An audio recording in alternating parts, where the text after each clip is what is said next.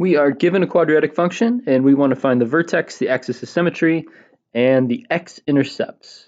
So let's start with the x-value of the vertex. The x-value of the vertex is always given by the formula negative b over 2a. In this particular example, our a equals 1, our b equals 5, and our c equals negative 1. I just pulled those coefficients from the quadratic function that we were given. So if our b is negative 5, then our negative b over 2a is going to be negative 5 halves. And that actually gives us one answer already. We call x equals negative 5 halves the axis of symmetry. Negative 5 halves is also the x value of our vertex, and we need to find the y value of our vertex. We always get a y value if we're given an x value by plugging that x value into the function. So that notation looks like this, and in this particular example, plugging negative 5 halves into the function is going to involve some fraction. If we square a negative number, it becomes positive, so we're going to forget about that negative. If we square a fraction, we have to separately square the numerator and denominator.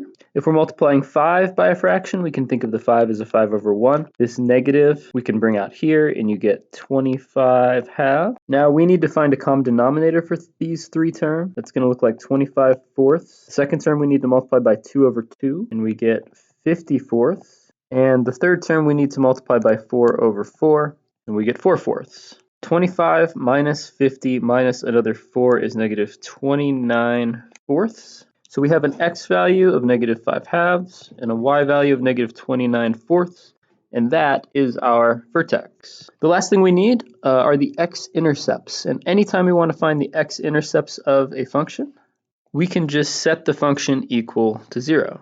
Now, it would be really nice if we could factor this because our answer would come pretty quickly, but unfortunately this quadratic equation cannot be factored. That means we need to use the quadratic formula. The quadratic formula looks like this right here. We still have a equals 1, b equals 5, and c equals negative 1. I'm going to plug all of that in. Okay, now it's time to simplify. 5 squared is 25, 4 times 1 times negative 1 is negative 4, but that cancels with this negative and becomes a positive. So we get a couple of x-intercepts. Keeping in mind that x-intercepts are always points with a y value of 0, our two x-intercepts are going to be negative 5 plus the square root of 29 over 2, 0, and negative 5 minus the square root of 29 over 2, 0. Okay, those are the x-intercepts, and we have the answers that we need.